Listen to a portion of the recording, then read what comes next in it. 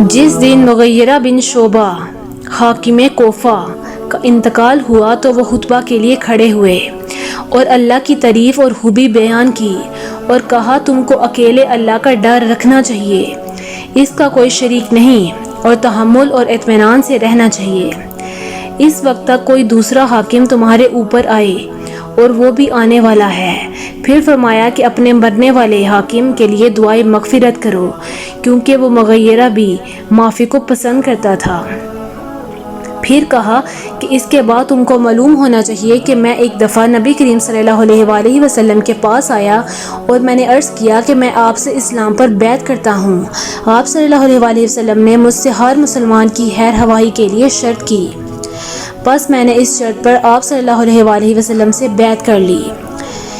بس اس مسجد کے رب کی قسم کہ میں تمہارا خیر خواہ ہوں۔ پھر استغفار کیا اور ممبر سے اتر آئے۔